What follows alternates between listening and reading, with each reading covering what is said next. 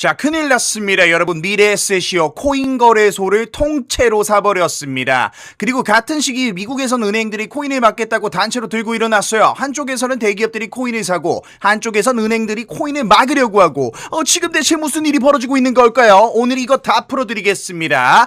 같이 보시죠.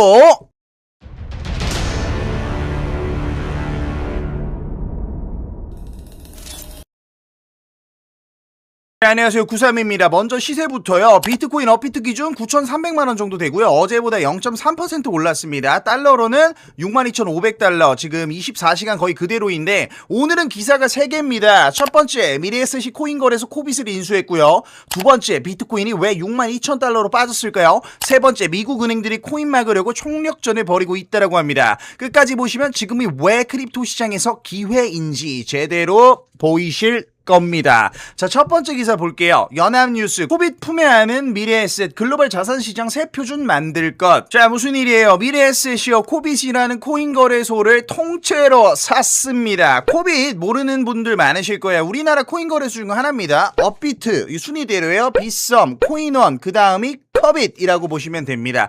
이 회사 지분 92%를 한화약 1,334억 원에 인수를 해버렸습니다. 거의 통째로 삼켜버린 거예요. 근데 여기서 진짜 중요한 게 있어요. 이게 왜 역사적인 사건이냐면 공정거래위원회가 직접 이렇게 말했습니다. 자, 뭐라 했어요? 가상자산 거래소를 인수한 최초 사례라고 합니다. 최초예요, 최초. 지금까지는 삼성이 두나무 지분 조금 샀고 하나은행이 조금 샀고 지분 살짝 발담그는 수준이었는데 미래에셋을 어떻게 했어요? 아예 통째로 그냥 빡 사버렸습니다. 지분 10% 20% 몇 프로가 아니라 92% 경영권을 아예 가져온 거예요. 발 담그는 수준이 아니라 아예 풍덩 뛰어든 거죠. 여러분, 미래에셋이 어떤 회사예요? 띄워주세요. 1997년 대한민국이 외환위기로 무너지기 직전 탄생한 투자회사입니다. 그 회사가 이번에는 가상자산 거래소를 품으려 하고 있습니다. 또 돈 냄새를 맡은 거겠죠. 자, 그럼 미래에셋이 정확히는 이걸 왜 샀을까요? 돈이 남아 돌아서? 심심해서? 아니죠. 미래에셋이 직접 밝힌 그림이 있습니다. 여기 있습니다. 전통 자산과 디지털 자산의 경계를 허물겠다라고 합니다. 지금 무슨 말이냐면 주식사라면 원래는 증권사에, 코인사라면 코인 거래소에 따로 국밥이었는데 이제 미래에셋은 이걸 하나로 합친다는 거예요. 미래에셋 앱, 어플 하나에서 삼성전자 주식도 사고 비트코인도 사고 한 곳에서 다 사게 만들겠다라는 겁니다. 옛날에는 밥집 따로, 커피숍 따로, 옷가게 따로 갔는데 요즘 대형몰, 스타필드 이런 데 가면은 밥도 먹고 커피도 마시고 쇼핑도 하고 한 건물에서 모든 거 다 할 수 있지 않습니까? 미래에셋이 지금 금융계 그 대형 몰을 만들겠다라는 겁니다. 자, 그리고 이게 왜 하필 지금이냐면 한국 디지털 자산 기본법 이게 곧 나올 예정이죠.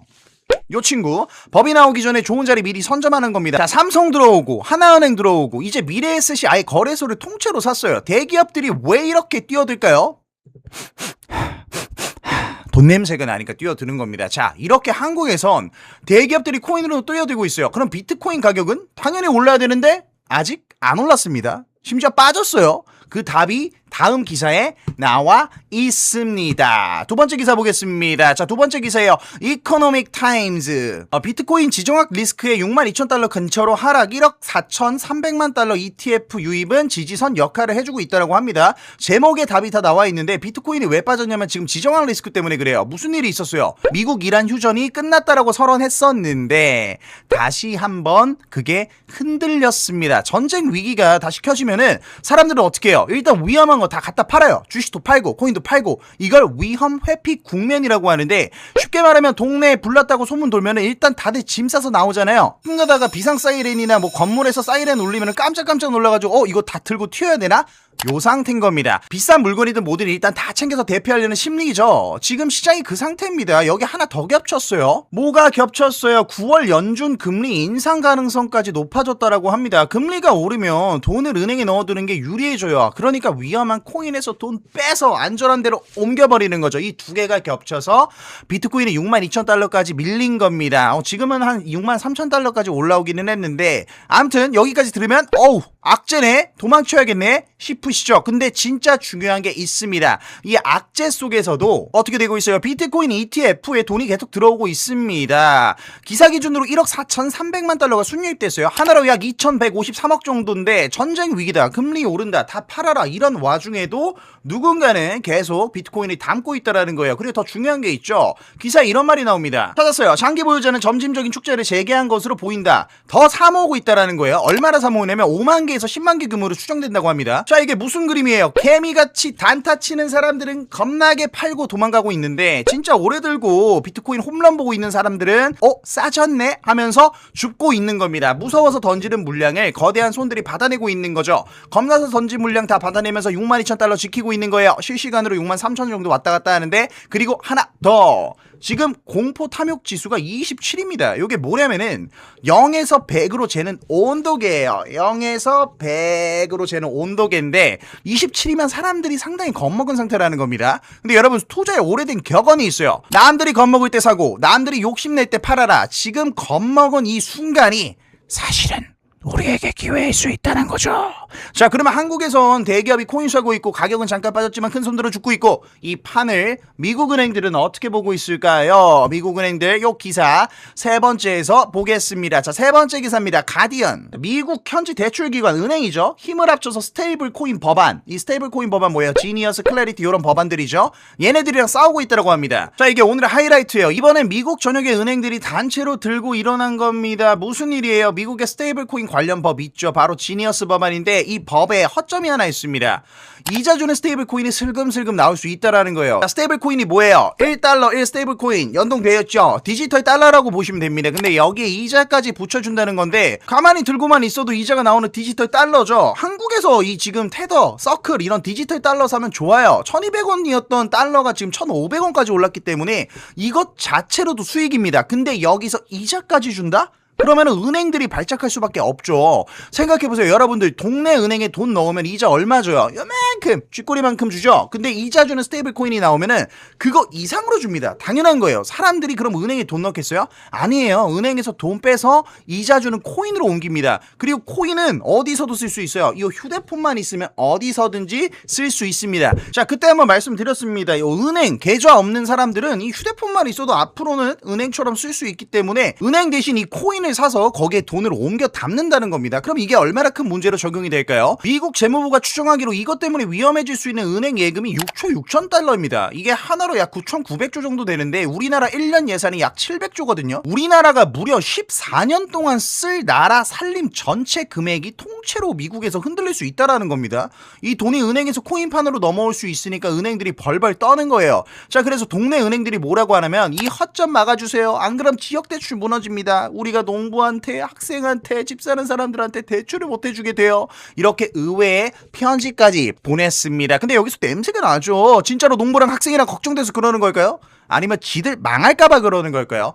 팩트 하나 짚어드릴게요. 코인 업계는 이걸 뭐라고 반박하냐면 이건 은행들이 경쟁자 들어오는 걸 어떻게든 막으려는 거다. 소비자가 더 좋은 선택지를 갖는 걸 방해하는 거다. 이렇게 맞서고 있어요. 자, 근데 여기서 제일 중요한 포인트. 동네 은행부터 JP모건 같은 대형 은행까지 왜 이렇게 다 나서서 필사적으로 막으려고 할까요? 별거 아니면 이렇게까지 피 터지게 안 싸우겠죠.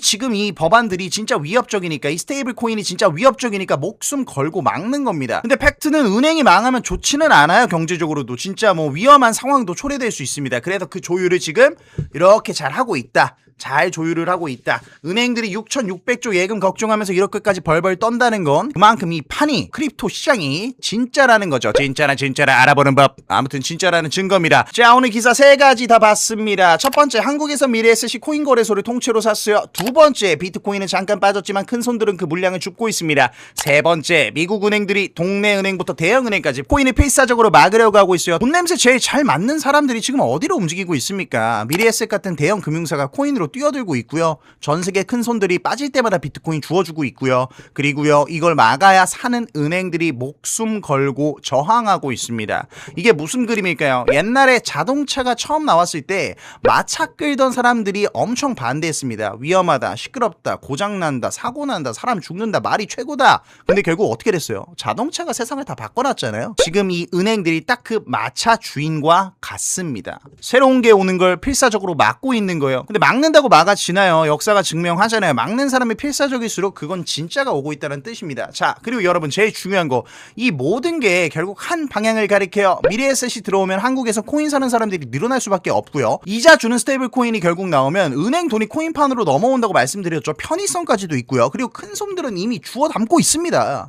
수요는 사방에서 늘어나고 있어요. 이거 지금 잠깐 빠진 거, 이거 무서워하실 때가 아니라 남들 겁먹을 때 죽는 구간이라는 겁니다. 여러분 지금 이 상황 위기로 봅니까? 기회로 보이십니까? 자, 아무튼 이런 실시간 뉴스 정보 제가 유튜브에 올리면 이미 늦습니다.